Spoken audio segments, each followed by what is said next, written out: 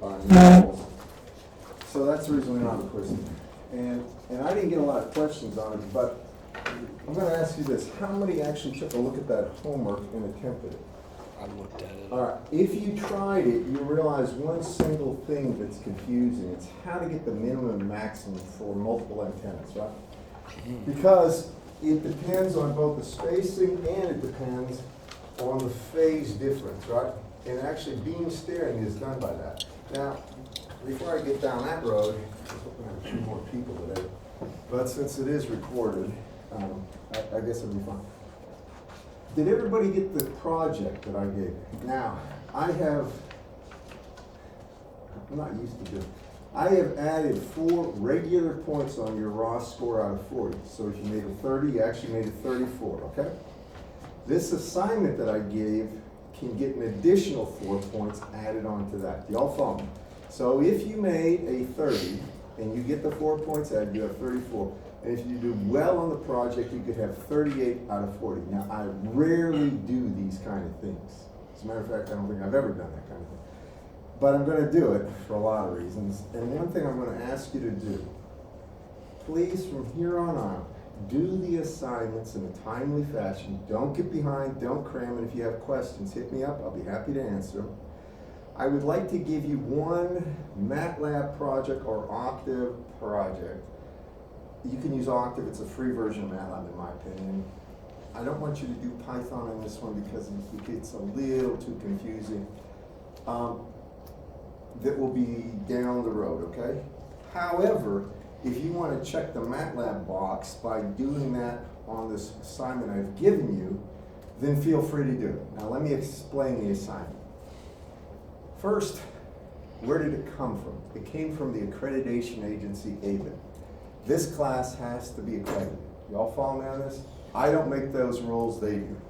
One of the things they want to see, besides just test scores and homework, is they want to see you do something creative. Now, I don't think any of you have been challenged with a creative project yet. Is anybody? Did you get them in labs? Did they ever say create a circuit to do this or anything like this? They did. Oh, great. Well, usually when I talk to people, we are always told to evaluate, analyze. Analysis is great, but in the real world, you're paid to synthesize. You're paid to come up with something that does something for the company.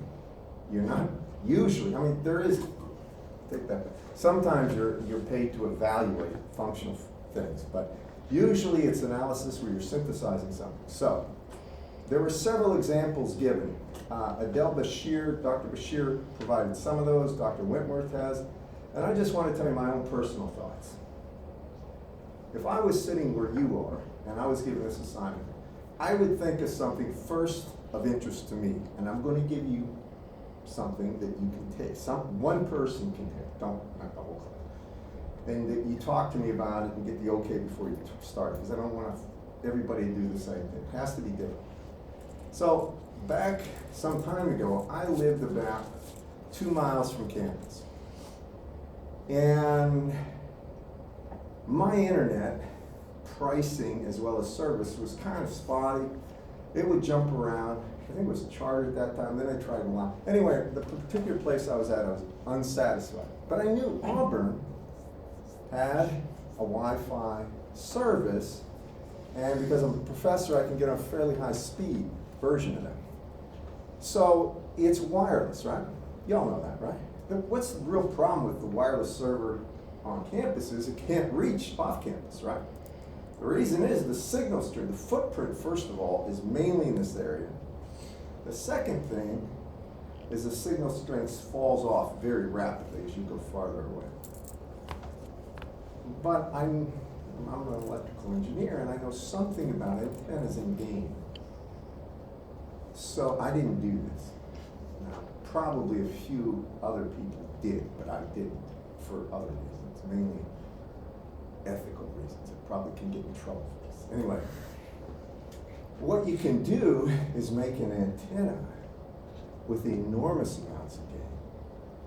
And then simply have your computer in your office reroute the direct signal to some sort of antenna that I could hang out my window that would provide a fairly, broad but near to the ground radiation pattern. Y'all follow me where I'm going with this? Then I could have a receiving antenna at my house, not with the 2.5 or 3 dB a gain that your antennas, but with 30, 40, 50 dB. Now that's easy to build. You all are engineers. When you get out of here, you're going to see you can build equipment that costs thousands for $20 because you're engineers. And I've done that in the past too when I was doing this design project when I was a senior. Actually, I was a senior at that time. And I realized how much I could do with the information I had. Until you want something, you don't put your stuff to work usually. So I conceived that I could build an antenna that would have all the gain requirements. There's very little time delay. Speed of light is trivial, right? And I could link into the Auburn network and then use an encrypted VPN. And there's plenty of places out there. You don't have to go through Auburn's VPN, so they don't know what's going on. Basically, I was going to connect and not pay for internet and get everything I want. And I didn't do it. But see, that kind of a project, first, the reason free internet. Well, relatively, for your students, so you're paying fees. Anyway, it's elimination of a bill. That's basically it. Second thing is you have the tools to design antennas. Now I have to figure out how much gain I need to get the signal strength at my place that I have to estimate, hopefully with some kind of measurement too. Cell phones are great for stuff like that if you really wanted to do it. And I needed to know if I needed to do anything at this end to increase the actual available signal. And then go through all the mathematics based on the actual, fundamental physics, everything you've learned, and there can be additional things you add in, like the effects of ground losses and stuff like that in terrain. All these things are well understood. Believe me, cell phone people have got this down to a science. You don't have to build it, but come up with a design, do simulations on MATLAB or Octave or something, and that's it. Now it's got interest. That kind of stuff to me is interesting. Here's something I did with some other people when I was in college. Anybody here a member of a fraternity or sorority? Anybody? All right, one of the things I understand, I was never a member of a fraternity, is that they have parties outside. They have things outside. And they also have a lot of expensive stereo equipment they don't want damaged. So what we came up with, and this actually we built the entire thing. We designed it. We took and we built speakers made of concrete. Actually one of the best materials because it doesn't flex. They were low efficiency speakers. I'm not going to get into this. Actually, I didn't build a speaker. I'll just get into the end. And what we did is this. We put this signal from like an Akai stereo system, something like that. Actually, it was like that. You could have up to 4 channels if you want. We put this into the wall. So we had to get FM modulation at 100 and 200 kilohertz. That's our center frequency, very low frequency. We modulated it, FM modulation, and we had to get it into the wall so the 110 didn't destroy everything. So there's all the circuitry we came up with. Then we sent it out and used the wall outlet as the conduit. Now that, believe it or not, is very good holding a signal. It's really a transmission line. As long as you don't go through transformers, big bang transformers, it's fine. And then you could take speakers in a building like this and you plug it in. Now you demodulate that signal. And then we built amplifiers. I believe they were 100 watts RMS flat throughout the bed. And when you're an engineer, you can you don't care about pennies on the dollar. You can over design a circuit. So instead of getting 1% of inner modulation distortion, it's got 0.1 or 0.01.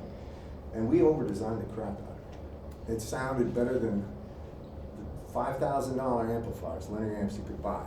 I mean, that's to me, and that's really speaker dependent at that. But we got it and we built 2 sets of speakers. Now the idea is this, you're at a fraternity, you want indestructible speakers somebody can kick, so you put wire mesh in front of them. You get low efficiency cones, you make them out of concrete, so basically they're 600 pounds, somebody ain't gonna run off with them. You put them out there, and you put all the expensive equipment inside somebody's room and lock it up. And that's what the idea was, and that worked, we did it. Here at this university, this is for some other students. You know Dr. Adams' people? He was my student. He, some other people on the senior design made an automated bartender. Not kidding. All they had to do is punch in on something, I forgot the name of the electronic device, but it's from 20 some years ago. Punch in what they wanted, beer, cocktail, whatever, and it dispensed it and pushed it down with a ticket order. All right? Now that was long before this kind of automation was available. They foresaw that kind of stuff is what you are going to be asked to do in the real world. So think about something. It doesn't have to be that elaborate, but I mean, think about something that's of interest to you. Come up with a reasonable design plan, and then show the physics and mathematics to justify it and do it. And I bet you can. You like art and stuff like this. I bet you can come up with something there. Hunter, fisherman, stuff like this. If I got one for you, a drone, it'll fly my lure out and drop it at a distance, so I don't have to take a boat out there. Something like that. But I mean, there's so many different things. And if you think about it, I think about, you play football. If I got some stuff I think about for you that I could come up with, and it's not to sabotage the other team. There's other things. Y'all follow me on this one, guys? Now, everybody in here, I mean, some of you probably have got great ideas for dealing with the internet and stuff like this. But whatever it is, it has to use the resources we're talking about here in class. So it has to have a component of electromagnetics. Y'all with me? You can't talk about it all right? You have to find something that's got electromagnetics of interest to you, show the plan, the grand scope, then in time, if you get me to okay it, you work out all the details, and then just do a simulation. But remember, that 4 extra points can be a lot. All right, yeah. You said if we use MATLAB on this project? Or Octave to does it simulate. go for the MATLAB project? If you're going to use that, that's right, it checks that box. And it checks the I mean, you don't have to, but the nice thing is to use it to do the simulations. All right, that's my suggestion. Yeah. When do you want this? It's before you go on Thanksgiving break. I don't know the actual date. Huh? I remember you saying that now. But the truth is, you know, if you got it done before, hand it in, all right? And this is for ABIT, but it will affect you. If you do a good job and stuff like this, you get all 4 points. You think about this, that's 10 points, you're given 10 points, that's 10 additional points to your raw score, that's pretty good. Okay, so that's it.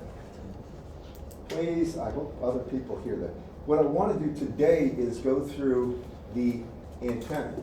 Now, nothing illegal, guys. All right, I don't want to get in trouble with the FCC with radar jamming. Nothing illegal. Keep it. Because I can only see some law enforcement agent reading this. Oh, they're being taught. Next thing I know, we're all in jail.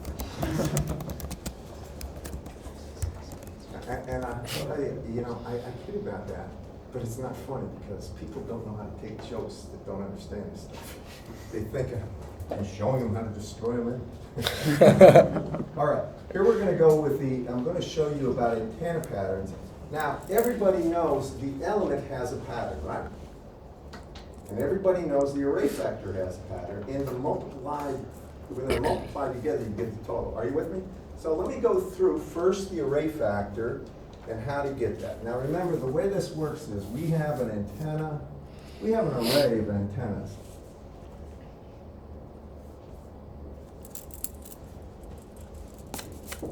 Something like this, where we're assuming these things all have a current of constant magnitude with a given phase change, so e to the j phi progressive phase change.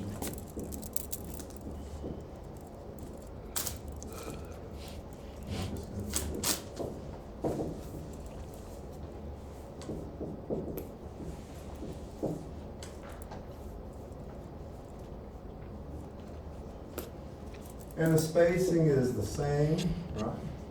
This is just doing what we've been doing. And then we have a radius vector R. And we have an angle phi.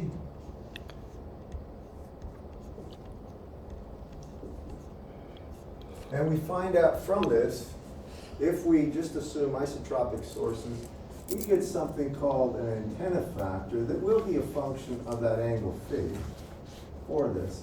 And that's going to be equal to the well, really it's equal to the sine of n psi over 2 over the sine of psi over 2. And then there's that phase factor I don't even pay attention to usually.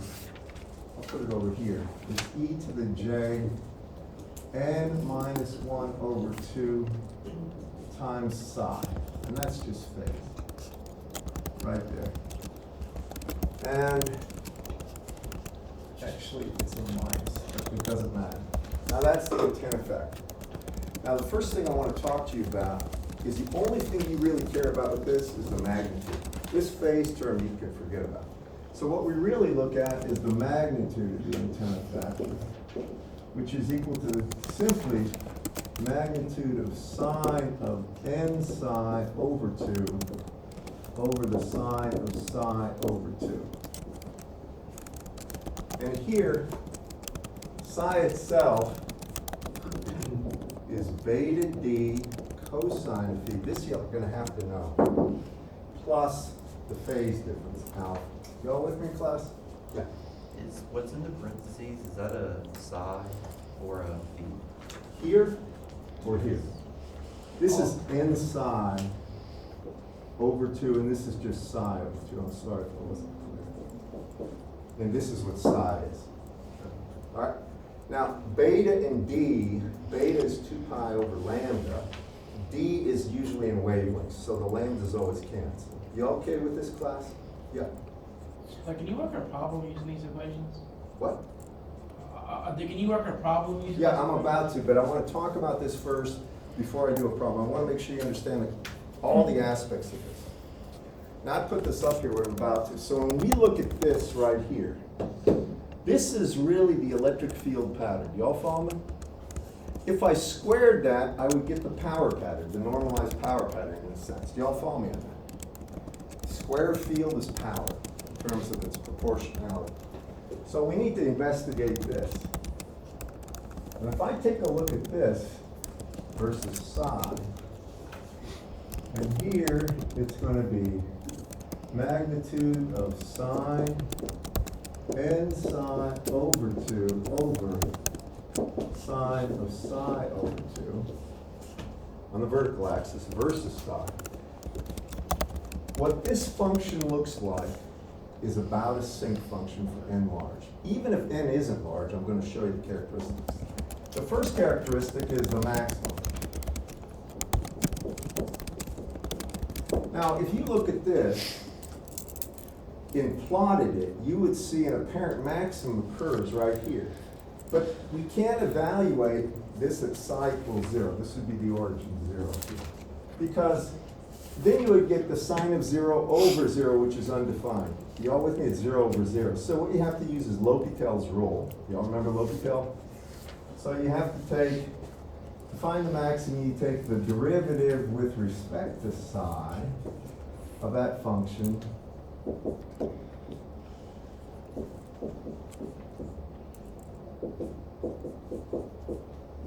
And you set it equal to 0. Well, derivative of the top is going to be n over 2 cosine of n psi over 2, right? Then you divide it by the bottom plus the top sine of n psi over 2 over the derivative of the bottom, which comes out to be minus cosine squared of psi over 2. And then it's going to, minus sine squared of psi over 2 times cosine psi over 2 on top. When all's said and done, what you find out, this is going to be a cosine, this is going to be a cosine, and the value occurs right here at psi equals 0. And then when you go and do the evaluation, taking the derivative, you find out that the maximum value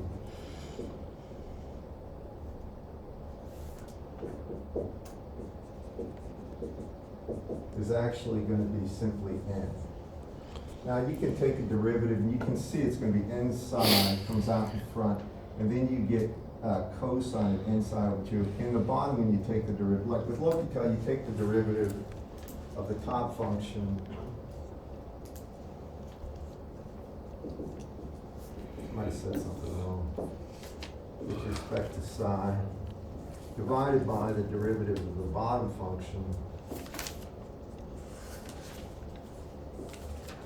which is psi over 2.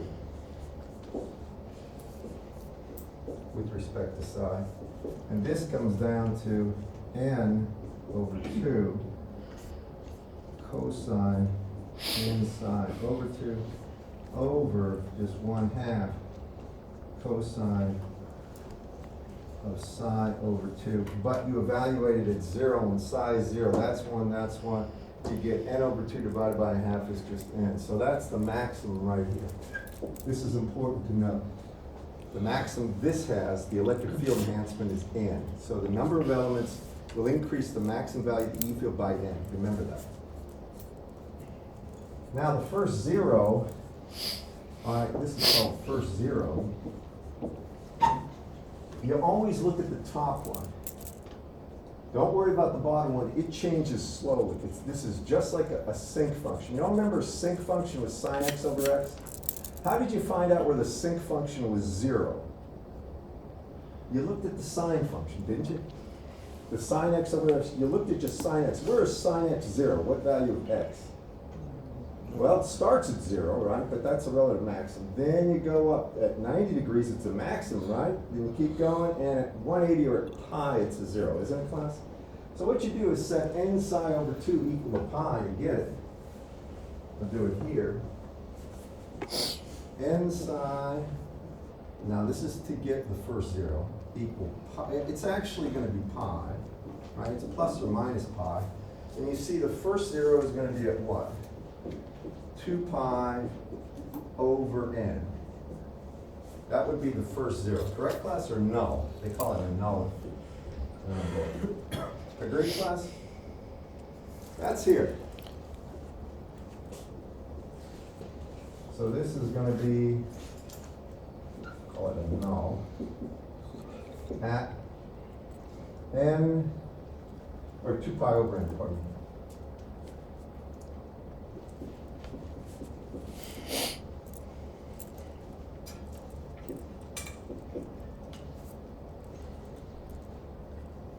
That's first.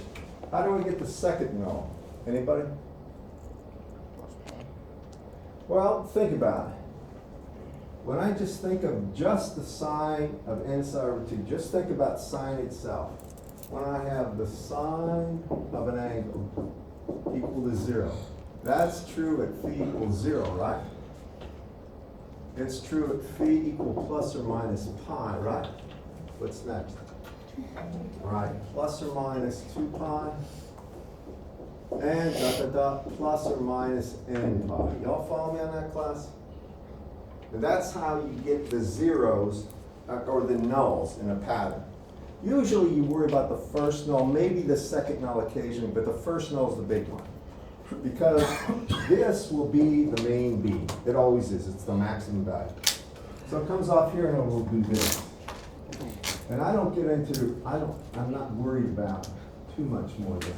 But if you look at this, this will be at 4 pi over n. This will be at 6 pi over n and so forth, the zeros, okay? Now, next logical question we have to contemplate is we know the first maximum is at psi equals 0, right? Think about the question I'm asking. Where's this maximum going to occur? Always look at the sign. Look at the top function right here. These are the zeros, right? Where is sine going to have a value of plus or minus 1?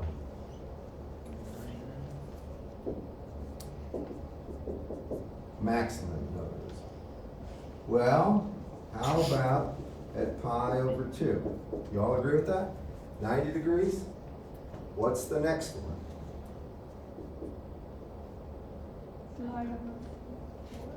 Plus or minus 3 pi over 2, right? 270, right? Think about it. If you go up to, what, 90 is a maximum, goes to 0 at 180, it's another negative maximum, right?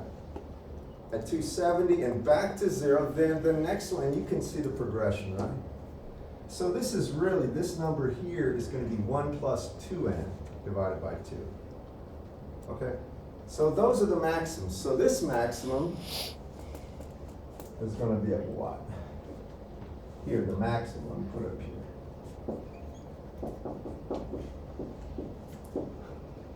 Is going to be with n psi over 2, this is the first maximum out there, is going to be equal to simply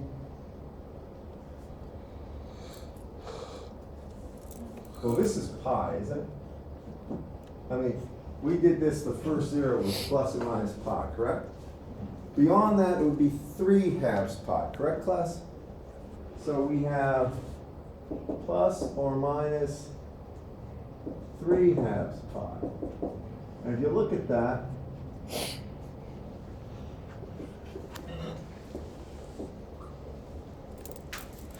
plus or minus 3 pi over n equals psi. Now I'm just going to mention this, you don't have to know this for a fact, but this will be minus 13.2 dB below this point. And because this is with the electric field, if you took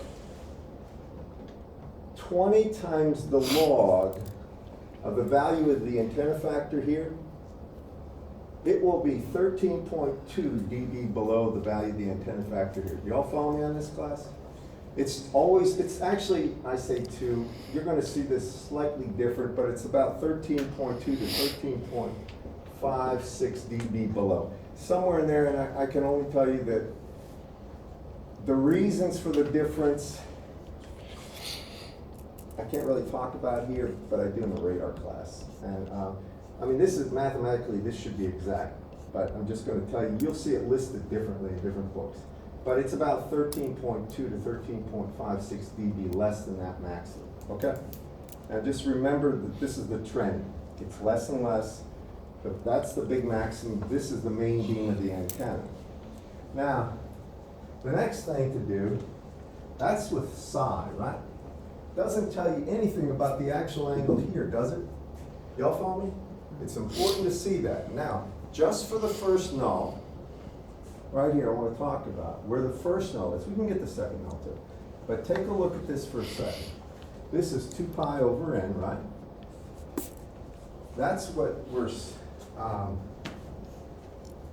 psi equals to that. So if I was looking for the angle, remember that beta d cosine of this angle right here plus alpha is equal to psi, right? So the first null was what, 2 pi over n, plus or minus? I'm going to take plus, so it's 2 pi over n is equal to beta d cosine of phi plus alpha. That means 2 pi over n minus alpha divided by beta d is equal to the cosine of that angle. And if you take the inverse cosine of this, then you get the angle where the first null occurs. Are you with me? I'm going to do a problem for you, but I'm just showing you the process. If you wanted to know where the maximum after the first maximum was, then you would set this right here equal to 3 pi over n. You all see that? And this, by the way, these are plus or minus 2, okay? It'll always be that, it'll be symmetric. Now what I want to do at this point is do an example. All right? I've thrown out a lot of information, I'm going to go through an example, okay?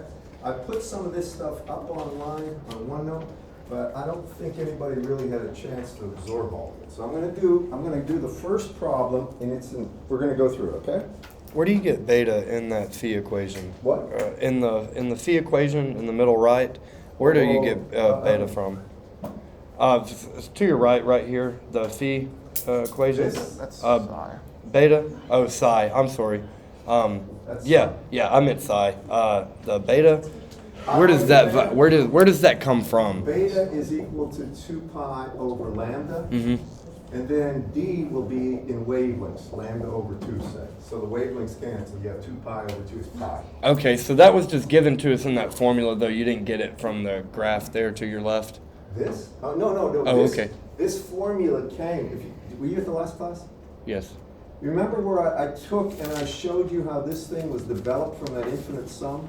Okay. Or not infinite, from that summation? Do y'all remember that? All right, that's how I got that. Cool. This is a reduced complex verb. It reduces the complexity. It allows you to, you can understand sines and cosines. You can't understand crazy exponential series. So we saw for the second maximum where n inside over 2 is equal to 3 pi over That's 2. stupid. What about just pi over 2? What would that be? All right. You see, pi over 2 is 90 degrees. It's somewhere in here, isn't it? Okay, so we just. Well, wait a second. I think I know where you're going with this. You're saying this is really a plot. Let me do it this way. This has to be greater than this point. Y'all follow me? If this is at 2 pi over n, this has to be greater than that, right? This thing's tapering down this way, and because right in the beginning, this is going to have a small order of change, and this a large, but it came off of a maximum that was at really a 0 up here, right? And it tapers through that one. You can check, but when you plot it, you'll get this. Okay. All right. Now what I want to do is a problem, and I think it's 7.3.1, but I don't actually remember the number. It's the first problem I gave you that I put the solution up for, but it doesn't have a solution, just has the answers. And this is a good one.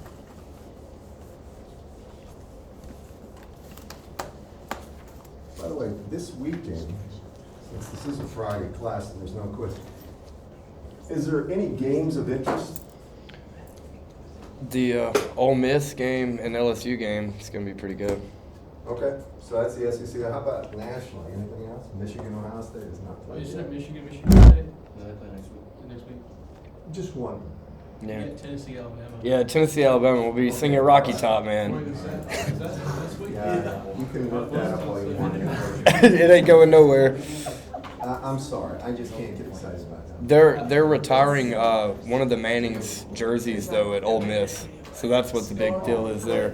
All right, let's do the problem. Is it 7.3.1? Yes. All right. All right, now give me the specifics, because that, I know it's 2, so n is 2, right? Yeah.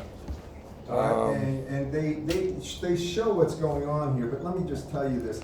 They're worried about just the array factor. There's so much there. Yes. Okay, that's all. So when you're doing this, part A has what? Alpha is it pi over 2?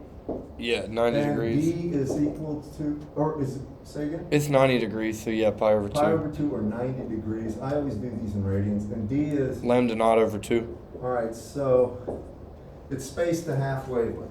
Now, here's the way he actually talks about this in the book. He says, well, I have antennas like this. These are going to spaced at D. And the angle he's actually measuring will be, it will be an angle that is in the XY plane. This is X and this is Y. It's in the XY plane. These vertical dipoles only have, if you try to think about this, what I've got is something where the dipoles are separated like this. And what they want to do is see the electric field or antenna pattern in the plane of the Earth. Y'all follow me in that class? In the XY plane. They don't want it from the Z-axis. From the Z-axis, what you're going to get is the field pattern from these dipoles, which does that. Y'all follow me? All right, so don't worry about that. We want to look at the antenna pattern in the XY plane for these. So here, D is equal to lambda over 2, alpha is pi. First thing you're going to do is find psi. That's beta D cosine of phi plus alpha, right? And we know that this goes to the antenna factor magnitude, looks like magnitude of sine of n psi over 2 over sine of psi over 2. And here n is 2, so this is just psi, isn't it, class? Because n is 2, there's 2 elements, correct? I'll show you how to do this, it's not hard. Y'all follow what I'm doing? Now, I'm going to go ahead and put in the values. So I have psi for this problem is beta. Beta is always 2 pi over lambda. Remember that. Always replace beta by 2 pi over lambda. And make sure D is in terms of wavelength. Even if it's given in inches or feet or meters, turn that into wavelengths. The wavelength is always going to be equal to C over F, unless it's in a different media than air. So, now the separation distance is equal to lambda over 2. And then I have cosine of phi plus alpha, and alpha is pi over 2. Now, I want to mention this. When you're doing these problems, don't put degrees here and have radians here. I'll put everything in radians at this first case, all right? For when you're doing the alpha and beta and D. Y'all with me, class? The beta D product is radians. Now I have that, I reduce that down, and I get psi here is equal to simply pi cosine of phi plus pi over 2, correct? Now, they want to know where the maximum is. The first maximum always occurs when psi is 0. That's the main beam. You all follow me? That'll be that first piece. So we set psi equal to 0. This is first maximum. And you said that's always at psi equals 0? Psi equals 0. It will change based on this angle where the phi is. Y'all follow me with that? Because this right here will determine where that main beam's pointing, and we'll get to that. So now we take a look at this. So the first maximum, psi equals 0, and that's going to be 0 is equal to pi times cosine of phi plus pi over 2. Y'all agree with that? Huh? Y'all see how I got this? Alright, so I set psi equal to 0. And when you do this, what do you find out? I have and then you can put plus or minus pi here if you want, because it could be either plus or minus pi over 2. Or actually, no, it can't. Sorry. I was thinking about that has to be plus. So this is going to be minus pi over 2 is equal to pi times the cosine of phi. And therefore, minus 1/2 is equal to the cosine of phi. And if I look at a cosine function right here,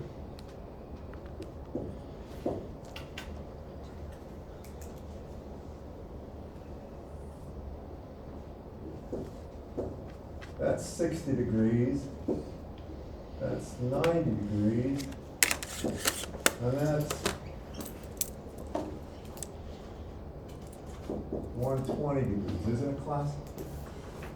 Y'all follow me on this one? So, now you're also going to get this done. This is important. When you look at this, this is going to be 1/2 right there at 60 degrees. For the cosine waveform, it's also 1/2 here at minus 60 degrees, isn't it, class? Right? So, for this one, this angle phi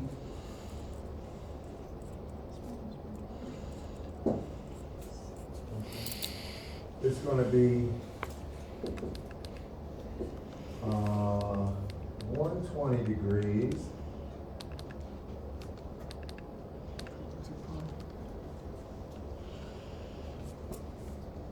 Or I think it's plus or minus 120. Okay? So that would be the maximum, right? Where's the minimum? Remember? It was always, what it really boiled down to is the minimum, technically you would look at the term what? Sine of n psi over 2, right, equals 0, except at 0, because there you have to use L'Hopital's, correct? Because n was equal to 2, its sine of psi equals 0, correct?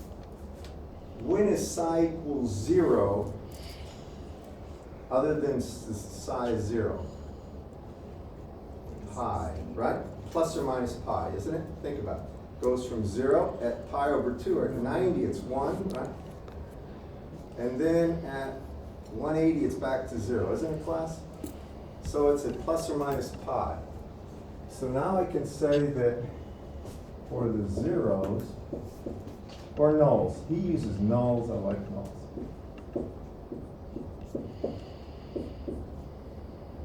It's going to be plus or minus pi equal to psi, and that's equal to pi cosine of phi plus pi over 2. Are you with me? Now you can see there's going to be 2. You agree with me here? So what I'll do is get the first one, I'll take it when it's minus on this, well, no, I'll take it when it's plus. So if we assume plus pi, then we get pi equals pi cosine of phi plus pi over 2. Y'all agree with me there?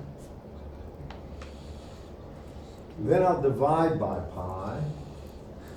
1 equals cosine of phi plus 1/2. Then I'll subtract 1/2 from both sides.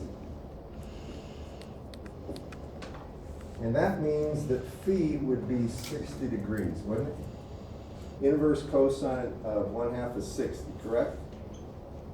But it would also be minus 60. So you can put plus or minus 60 degrees, and that's where the nulls are. Now, if you look in your book, or in the answers I gave you, where are the maximums, or where are the nulls first, in part A? Anyone? Nulls at 60 degrees. Plus or minus 60. Does he just have 60? It says nulls at 60 degrees, maximum minima at plus or minus 120, 0, All right, 80. that's what we put, plus or minus 120 for the maximum, right? Oh, okay. All right, now I'm going to say one thing. Until you do a few of these by plotting. All right, see what the pattern looks like. Just plot the function versus psi. And prove it to yourself. In fact, like plot that function right here versus psi and see for yourself where the minimum and maximum are. And then you can replace this with beta d cosine of phi plus alpha, and then plot it versus phi versus this. And you'll see that what we're doing will show that. It will reflect what you've calculated or you estimate. You okay with that, class? Now these are just two. I want to do one more of these because these particular problems have a way of confusing people that just do a sort of a cursory, just look through it, oh I got it. Then they come to a quiz or something and they really, really bomb because, oh, I got confused with psi and alpha. I promise you they do. So you need to do a bunch of these. I got you one. Remember, I only have 2 elements. It gets easier to get more elements. In some respects, it gets harder because there are more nulls. Y'all follow me? There are more nulls to calculate. The nice thing is they're all spaced equal. So you get a feel for where the next one has to be.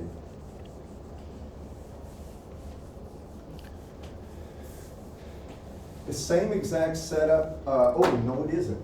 Here, part B is what? The spacing is? 5 lambda over 8. Or 5/8 lambda. And what's alpha? 45 degrees. All right, so that's pi over 6, so 45 degrees. Now this one's, I'm going to go through it a little faster. First, what? 45 degrees is pi over 6. Pardon me? Pi over 4. Oh, I'm sorry, over 4. Pardon me. You're right. There's another mistake. Pi over 4. You all with me on this one? I'm just changing that to radians. All right. So right off the bat, I get psi is equal to beta d cosine of phi plus alpha. I always rewrite that. I just do. Start there. That way I know what I'm talking about if I look back. Beta is 2 pi over lambda. D is 5/8 lambda. I know the lambda's got to cancel, or I've done something terribly wrong. Now I have cosine of phi plus alpha, which is pi over 4. Thank you. And this is psi. That means what is this? So that's going to be 5/4 pi, right? Times cosine of phi plus pi over 4 is equal to psi. How do I find where the maximum is, anybody? Psi equals 0 is the main beam, right? At psi equals 0. So when psi equals 0, this is the max. Right here. 0 is equal to 5/4 pi cosine of phi plus pi over 4. I'll take the pi over